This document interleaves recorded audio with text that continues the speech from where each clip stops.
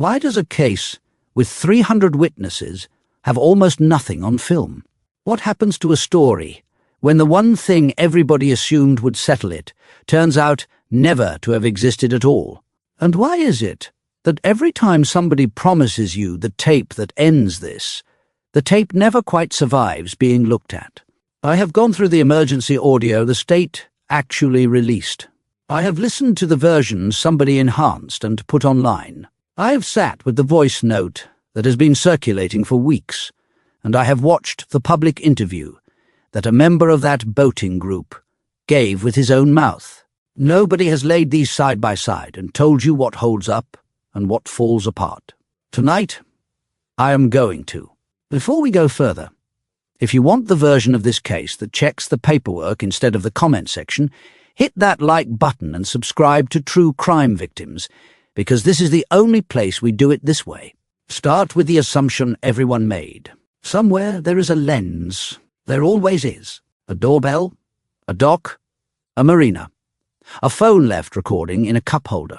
That assumption is where this entire case quietly breaks. Y'all ready for today's Nolan Wells info drop? So first off, we remember these GPS coordinates that were plotted for us, remember? Those GPS coordinates were taken from Wyatt's boat and they were plugged into Google Earth and they developed a PowerPoint slide that we saw there that mapped out all of the points. So I decided to overlay those Google points on top of the points of the research that I'd already been doing. I discovered some interesting stuff because if they were just overlaying it on Google Earth, it should have been easy as cake, right? Well, I cannot tell you how many hours I spent trying to perfectly overlay this. Like, look at the islands in the middle here. I get them lined up and then other things won't match up.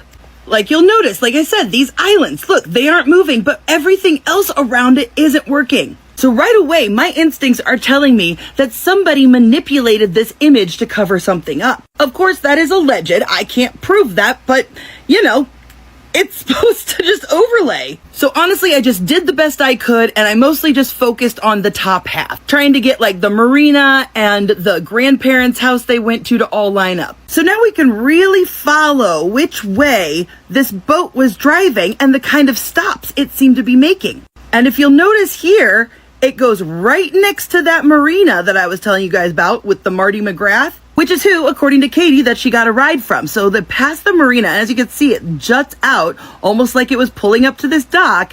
And then there's these two houses here, especially this house, where it seems like the boat pulled into the docks there. Then it went all the way down here. There's a little like lock area here, so you have to go through here. And it went to the bridge. And I was like, why did they go all the way to the bridge to turn around? But it turns out right here is a big old fishing pier. Then right next to that is the Ocean Springs Yacht Club. And a lot of these families are connected to the yacht club. But before I go on, I want to play a portion of this audio that's supposedly like a voicemail that has been going around. It hasn't been authenticated, but it has important information. Because I'll be honest, it sounds genuine to me and it works with my data. So hold on. But he was like, oh, I'm just going to go back with Katie.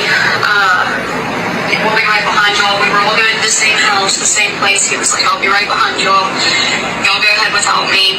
I'll see y'all. Like, I'm literally going to be right behind y'all, whatever. So, Wyatt and all them left because they were like, okay, you're just gonna go with Katie, whatever. Well, then everybody got back in and we were all at Ava's house and... So first off, all of us were going to go to the same place. I'm going to go in with Katie, meaning Katie was supposed to be at that party with them. Or at least whoever Katie was with was supposed to be at that party, right? But that's not the important part. The important part is the name of the person who was throwing the party was Ava. Now, I found Ava. I'm not going to put her name out there, but simple Google searches will find this information. And I was able to basically just Google her name and find her address. And so the party was actually right in this yellow area. Again, I'm not going to be like pointing out people's houses, but I found it. After they leave this pier that's right next to the yacht club, they go all the way back and then they hook around and they go right next to where the party is. And then that's when they finally go and take the boat out of the water. Now, it seems to me like they were dropping people off like Because look how it goes in a little bit, almost like it was pulling into this pier at the marina, like I suspected. And they were just making the rounds, dropping people off before the party. Now, her family and Wyatt's family, Warren's family, they're all connected. They're also part of the yacht club stuff. All of these rich families are super close, super connected. They're taking each other's kids on vacations, etc. Well, like just in May, there was a joint birthday party. In the background of this birthday party from the beginning of May, there's Warren's mom, there's his little brother, and right there in the background is the mayor of Ocean Springs, Bobby Cox. In fact, here's another picture of him from the party, just in case that profile view wasn't enough for you. Oh, and he was tagged in the picture. Oh, and remember Lieutenant Carone, the first person on the report that we see when Nolan's mom called him missing? Well, as it turns out, someone that he's related to, I can't pinpoint exactly how the relation is, but their maiden name is the same as his last name. Yeah, turns out they have the same last name as who? The girl whose party it was. And I have confirmed that that woman is mutual friends of the mother of the girl who threw the party. And I'm gonna go ahead and just wild guess theory, this is alleged, but I'm gonna go ahead and guess that the reason they waited so long to tell the mom was they were waiting to make sure that he was on shift. This is why I'm thinking more and more that they brought Nolan back to the house. Everybody got their stories straight and stuff, and then they waited to tell Nolan's mom until he was going to be on his shift and taking that phone call. Which is probably why nobody was sent out to look for him that fucking night. That's why we don't have any footage of them going back to the grandparents' house up there. That's why no pictures from this supposed party ever came out. We are not presenting that recording as evidence. We are presenting it as a question, the same way she does, because the voice on it says the one thing the official story never did. This is my full Nolan Wells timeline with my supporting evidence. There were 3 boats in their group that day: Palm Beach, the Triton, and the Tideline. Warren said they got there at 10:30, even though the GPS said that they dropped their waypoint at 11:19. He said the Tidecraft, the Palm Beach, and the Triton were all like anchored up next to each other. At 3 o'clock, he gets into a fight with some stranger who didn't like the way that he was talking to his girlfriend because, I mean, look at the way he was talking in this interview. I don't blame them. And they had a fist fight. His uncle was like, "We're getting the hell out of here." I remember at one point in time, I look over and I see my uncle, and my uncle's yelling at me to get in the boat. I stopped fighting. As soon as me and him made eye contact, I got my uncle. I got in the boat. Then Warren says that his brother was also involved in the same fight. They'll come up to me and say, "Hey, your brother just got in a fight." And obviously, I have a younger brother, and that's what she was talking about, and I was freaked out. So I walked over to the beach, and I didn't walk over. I ran over. I made a beeline. I didn't talk to anybody. Put my drink down and walked over there. And my brother was kind of angry, and there's a lot going on, but someone was getting pulled away. I don't know who it was. And my brother was like, "Oh, I just got in a fight." And this guy punched me in the face, and I punched him right back. Then I went to the ground. My brother put him in an armbar. And Nolan involved in any of this? Absolutely not. When I was over there, there was a bunch of younger guys like my brother's age, and I mean, Nolan, I never saw Nolan over there. Absolutely not. And okay, sorry, I just lost my train of thought. So you get ready to go. There's an issue with the boat. Okay, yeah. And this is Yeah, this led up to that. Yeah. So the fight happened. You got your brother or the scuffle. I'm assuming that it was cleared up. Right. You got your brother out of this situation, and then After the fight, the boat story begins. And this is where Jay, who grew up around boats, starts shaking her head. Warren said he got on the Triton and found about 6 inches of water at the transom. The bilge was failing. A buddy was pulling trash out of it. Wyatt jumped in the water and threw a rear anchor. And the explanation given for the flooding was that people getting on and off the boat dragged the water in.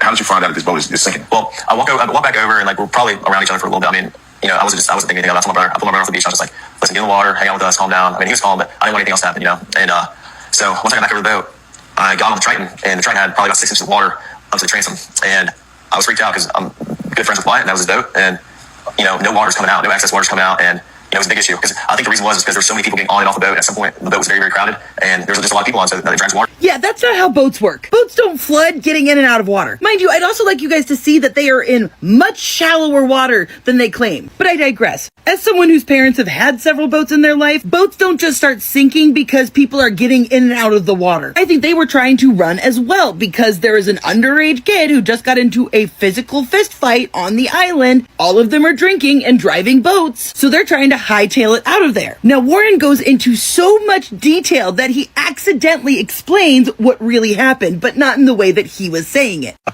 think over time we were out there for a couple hours. The boat just started filling up with water, so I popped the starboard side hatch, and the battery was completely underwater, and so the motor wouldn't turn down.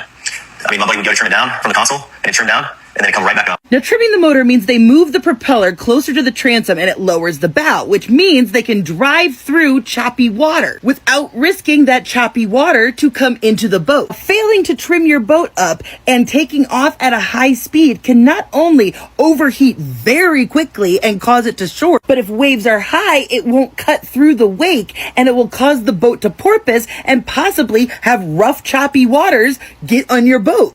So, I mean, on the way out there, it was pretty calm. I think it was blowing like 3 or 4 knots. I mean, the waters were clear. It was a great day to be on the water. Sunshine, not cloudy at all. And I mean, it was a great day to be out there on 4th of July. And so, I mean, we followed each other out, and I mean, it was calm. It was calm. On the way back, it was a little more rough, but it was not anything all my buddies' boats couldn't handle, or like it wasn't like we were getting beat, really beat. Now, as you can see, it is tilted up here in the back, and look how low the front is. He admitted that they hit choppy water at one point, so not that hard of a stretch to think that the water started coming over the boat, and that's when they were in trouble. That's when the bilge pump stopped working. Because Warren, when they claimed that they were leaving and he was jumping into action because it was sinking, he says this. Maybe disabled so you could get it out from Correct. Horn Island. So what happens after that?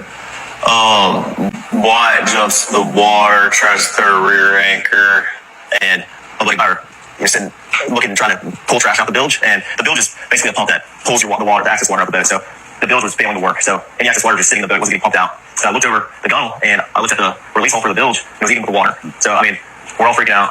All of our, we're not focused on anything else other than the boat. Well then, eventually, my buddy Bart on the timeline is like, I'm gonna pull you all out. So even though they were still on the island, he jumps out and throws out an anchor? Why did they pull the anchor up to begin with if they were sinking? If they were sinking, why was Bart offering to tow them out? Why would they risk being that close to the island and that close to ground to sink out further? Because again, look at how shallow of water these boats are in. But what I suspect is that everybody just hauled ass and left, but because the trim was not going down, it overheated, that stalled out, then the crashing waves were freaking everybody out. But even Warren couldn't keep his story straight or his timeline straight, because then listen. All of our, we're not focused on anything else other than the boat. Well then, eventually, my buddy Bart on the timeline is like, I'm gonna pull you all out. So we're around all this, all this chaos. We left at 4:30 and there were still just as many people there, if not more, than when we got there. I mean, probably around the same amount. I mean, it was crazy. Like, there was a lot of people, and I mean, eventually Bart pulls us out. We left at 4:30, but we really weren't pulled out away from everybody. We were probably about a quarter mile out. So he says it right there, that Bart pulls them out, they leave at 4:30. And you may be thinking, well, he pulled them after, he towed them after, but... It's out. We left at 4:30, but we really weren't pulled out away from everybody. We were probably about a quarter mile out, and we had the towing strap pulled from, Bart's port side cleat, or starboard side cleat, and he was on our starboard side bow. And so he was rubbing on his power pole. So Bart turned around, pulled up next to our boat, and we were just trying to get situated. So that's when Wyatt called Cito. We know that phone call was around 4 p.m. to the private towing company. Now, in my last video, I went into detail with the Bart, the fight, all of that stuff, the discrepancies between like the neck of water and then suddenly being in 31 feet of water, etc. I'm going to skip over that. Now, Boats. 8 o'clock that night. So then they go over to a female friend's house to go to the pool. And yet, instead of joining his friends in the pool, this is what Warren did. At a lady friend's house. Right, I never got to the pool. I talked to her dad for a while, and all my friends were downstairs. I went upstairs, talked to her dad. We were talking about boats and stuff, and I've been with my friends all day. I was just talking to everybody, but So you talked to the young lady's dad, and then how long was it before you realized, or you guys realized that, well, where's Nolan at? All right, well, now I gotta stop your ass, because what 18-year-old goes to a friend's house to party, all the friends go downstairs to the pool area, and he goes upstairs to talk to her father about boats? Mind you, these children had been drinking all day long. And he and his buddies don't go home until 3 a.m., mind you. Now, I know it's been a while since I've been 18, but that's a long day in the hot, in the sun, drinking. Sounds to me like you were talking to this dad to help with the story. And then you go downstairs and your friends just so happen to be talking about Nolan, and then you're like, oh my God, I should call the Coast Guard. I went back downstairs, and all my friends were just hanging out, and my buddy Wyatt had addressed, talking about Nolan, and I was like, Well, where is Nolan? Have y'all heard from him? It just seems pretty convenient that after his powwow upstairs with the father of his friend, he comes downstairs and then all of a sudden they start talking, have you seen Nolan? No, I haven't seen Nolan. Have you seen Nolan? Maybe we should call this person. We should call his mom. Almost seems like they actually go back downstairs after talking about what they should do about the situation with the dad, or whatever it is they were really doing at that time, came downstairs and started talking about Nolan publicly so that everybody at the party could be organic witnesses to when the conversation happened. Because he kept contradicting himself. He kept saying, I wasn't too worried about it, but then also we know that they can kill people. But also, maybe I would just call the Coast Guard, just to make sure it's okay. I'm so mad I didn't save it, but in one of these interviews, they said that Katie was supposed to come to the party with them later, which is why Nolan said he was going to hang back with her. So why would they dry snitch to their friend's mom before getting in contact with Katie? So as I was making this video, I caught something so big it changes everything. Throughout this entire interview, Warren insisted that Bart's boat was a tide line. He was so sure of it, said it over and over and over again, claimed that there were 20 to 30 people on that boat. By the way he talks about boats and the equipment and stuff, it seems like he has some general knowledge of it and knows a lot about boats. So maybe y'all can tell me why, in this report, when they gathered the GPS evidence, does it say that Bart was driving a tide craft, not a tide line? They're entirely different designs, purposes, manufacturing styles. Mind you, this is what tide crafts look like. They ain't fitting 20 people on them. This is more what tide line boats look like, y'all. So did Bart bring 2 boats with him? As Warren said, Bart's dad was originally supposed to go with them. And tide line boats don't fit 20 people either. So was there a 4th boat out there? Not only have I found more evidence of a 4th boat, not only have I found a lie in their timeline, but I have also discovered a deep political connection, not only to a former governor of Mississippi, but to Turning Point USA. So first off, this picture has surfaced in which it's clearly the group of boats a little bit further out in the water all together. Now here's what is supposedly Bart's boat. We can see the Garmin on top. We can confirm this black boat from this other picture. We can see Wyatt's Triton right here, and we can confirm that by the motor. As you can see right here, has that black stripe on the white motor. Now in between the 2 boats is the Palm Beach. You can clearly see it labeled and it's got that stripe, right? As you can see, the stripe is there. And yet there's this design right here and no Palm Beach. And you may be like, Jay, that doesn't prove that it's a different boat. Maybe we just can't see it, even though it should be right there according to this picture. But if you look in this video, you can see that there is a black propeller right there. See black propeller, and you can very clearly see the Palm Beach right there on the side. And if you look really carefully in this photo, you can see right there a black propeller. There's another boat on the other side of these 3 boats. And given the lack of the name on the boat and the black propeller, I'm going to assume the Palm Beach is on the other side, which means there's 4 boats right here. Then I rewatched Warren's interview. And I woke up at my buddy's house, and we went to McDonald's, got food. No one was not with me. And I went and got breakfast. I had my buddy's boat hooked up to my truck. And, well, first I ran to my house, then I went to McDonald's and came back. And the boat was already hooked up to my truck. My buddy, Wyatt, and I went, and with my buddies, and we went, filled the top of the boat off, loaded it down with ice, and just got everything ready. Then Wyatt went and put his smaller boat in the water, which is the Palm Beach. He's an 18-foot Palm Beach, and I drove the boat from 4 Bayou Boat Launch to my buddy's grandparents' house, and that's where we all planned to meet up that day. So Wyatt had his buddy's boat already hooked up to the back of his truck. He said he and Wyatt and his other buddy went and got ice and filled up the boats. And Wyatt went and put the Palm Beach, his smaller boat, into the water. And we know that there was a second boat, the Triton, that was driven by Wyatt. Wyatt had 2 boats in the water. Who was driving his other boat?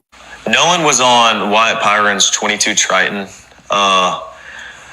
On the way out, I went with my buddy Bart because we had a lot of friends from college coming down, and I called Bart that morning. I was like, hey man, can you take your boat out? And he was like, yeah, well, my dad's decided not to go, and I'll take the boat and I'll take you and your friends. Of course, I mean, he's a buddy of mine. And so Bart pulled up at the dock, and I mean, I rode out there with Bart and a lot of the girls that go to college with my friends and I, and Nolan rode out on the Triton, and then we had a Palm Beach, 18 Palm Beach. There was 4 guys on that.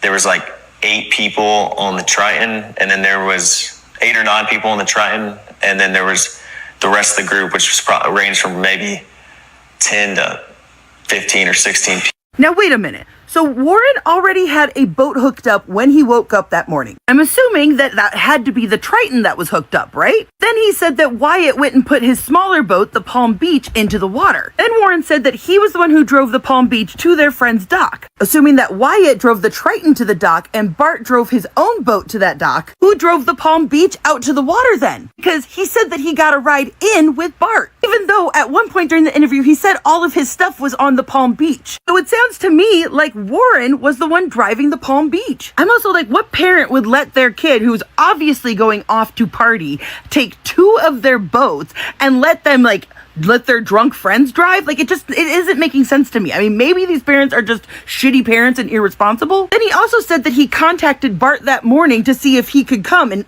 Bart was like, yeah, I can give all your friends a ride, blah, blah, blah. According to him, there were 10-ish people, 15 people on that boat. So where were those people originally supposed to ride in on? They'd been planning it for weeks. They were excited about it. Why did Bart have to suddenly step in and take all these people? And remember, Bart said that his dad had canceled going out on the boat that day, so he could do it. Something's not adding up here. I think there was an adult somewhere in this mix. It would also explain how they all thought quickly on their feet with the sea tow. I wouldn't be surprised if an adult didn't come out there and just go off with other adults that were also on Horn Island and let the kids hang out with the boat. Here's where things are going to get interesting, folks. There are more GPS coordinates in the report than what we have seen publicly. I'm going to play you a clip from the interview, but remember, at 5:30 is when they started picking up regular speed, all right? It's right here, 525, speed miles, 30 to 35 knots. So here we go. Planed off and you have water in the boat and you're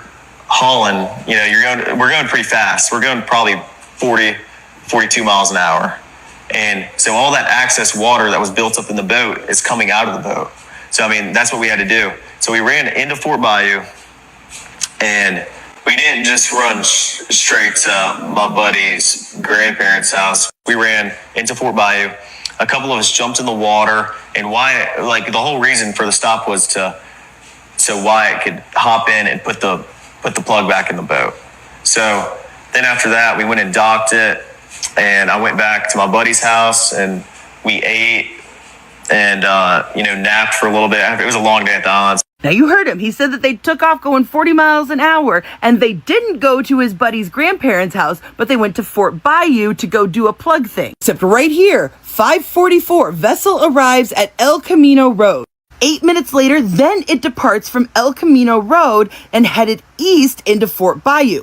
So right there we have a lie. The boat did stop before going into Fort Bayou. 6 minutes later, it comes back to El Camino Road, and the vessel departed El Camino Road half an hour later, headed southwest to St. Martin Bayou, and then turned southeast into Biloxi Bay Bridge. Then they went back to the Bayou boat launch. Then the boat was taken to Cardinal Lane, which was Wyatt's residence. Now, because I am an absolute genius, I was able to find it. This was where they left and where they came back that day, then came back several times. Now, first off, why aren't we seeing footage of them returning that day? We know that Nolan was with them when they left, so why do they have the security cams from that morning, but not that night? Whose grandparents live there?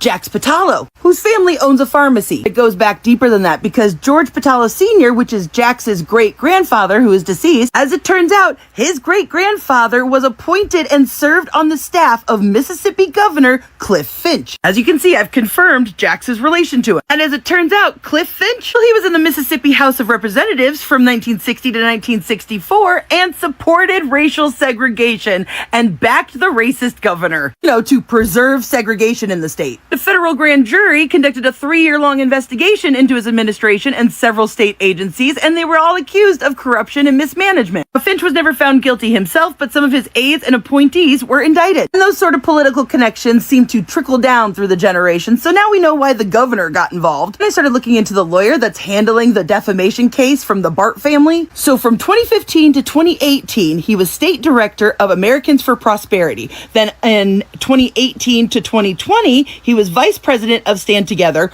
while being vice president of Americans for Prosperity. Stand Together is a Charles Koch nonprofit, and Americans for Prosperity is a libertarian conservative political advocacy group affiliated with Charles Koch and David Koch. And if you don't know who the Koch brothers are, they're fucking evil. Guess who's one of the major funders for Turning Point USA? Major donors for the Koch brothers also are primary financial pillars for Turning Point USA, specifically their campus operations. And guess who used to serve as the director of urban and Freed wanted the untouched file and its metadata before anyone concluded anything, and he has not been given it. 20 seconds. Somewhere in a case built on missing minutes, 20 seconds appeared out of nowhere, and almost nobody covering this told you that. Now hold that thought, because on the 20th of July, attorneys working with the family sent formal letters. Recipients were placed on notice to preserve electronic communications, GPS data, devices including phones and smart watches, and surveillance footage. Understand precisely what that means, and what it does not. A preservation letter is a demand that material be kept intact. It is not a finding that anything was destroyed, deleted, disabled, or hidden. It is the legal system saying, whatever is out there, do not touch it. Every person connected to that group is entitled to the presumption of innocence, and nothing established so far contradicts their accounts. Which brings us to the thing I need to be honest with you about. There is a voice note moving through this case right now. It is emotional, it is specific, and it contradicts the official version of where everyone was going that evening. It has also never been authenticated by anyone, not by investigators, not by the family's own team, not by a single outlet willing to put its name behind it. Even the people circulating it say so out loud. I am not going to hand you an unverified file and call it proof, because we already watched what happened the last time somebody did that in this case. Mississippi Public Safety Commissioner Sean Tyndall had to publicly warn that a toxicology report spreading across social media was fraudulent, manufactured. Somebody built a fake document about a dead teenager and pushed it into the world, and thousands of people shared it before anyone checked. That is the environment we are standing in. And in part 2, I am going to show you exactly what that environment has now cost, including 3 people who were never anywhere near that island, and who are now facing criminal charges. Stay with me. Subscribe to True Crime Victims, and I will finish this. What does it mean when a case has no missing evidence, only missing minutes? How does a story stay unresolved when the autopsy is finished, the toxicology is finished, and both are sitting on a prosecutor's desk right now? And what happens to a community when the silence lasts long enough that strangers 1,000 miles away decide to fill it themselves? I have gone through the Marine Department's own vessel records, the district attorney's public explanation for the sealing, the independent pathologist's stated limitations, and the arrest affidavits filed this month. What those 4 documents say together has not been laid out anywhere else. It is not what the comment sections are telling you. If you want this case handled with the paperwork rather than the rumors, tap like and subscribe to True Crime Victims. We are the only channel finishing this properly. Begin with what the state actually logged. The vessel left the mainland at 56 minutes past 9 in the morning. It reached the western tip of the island at 14 minutes past 11. It came back to the mainland at 44 minutes past 5 that afternoon. Those are not claims by anyone with a stake. They are timestamps recorded by the Mississippi Department of Marine Resources, and they are the closest thing this case has to an objective spine. Now here is the problem, and it is the real one. An independent analytical review commissioned on the family's side, 22 pages, examining photographs, videos, coordinates, and witness accounts, reached a conclusion far narrower than anything circulating online, and far more damaging to the idea that this is settled. It found a material gap in the timeline between the last independently corroborated sighting of the 18-year-old and the departure of the boat. Not a contradiction, not a lie. A gap. A stretch of time nobody can currently account for with anything verifiable. That review explicitly reached no conclusion about criminal or civil responsibility. It identified what investigators may still need. That restraint is precisely why it matters, and precisely why nobody is quoting it. Meanwhile, the medical picture has closed to the public. The state's autopsy is complete. So is the toxicology ordered alongside it. Both went to the Jackson County District Attorney, and neither will be released before a grand jury sees them.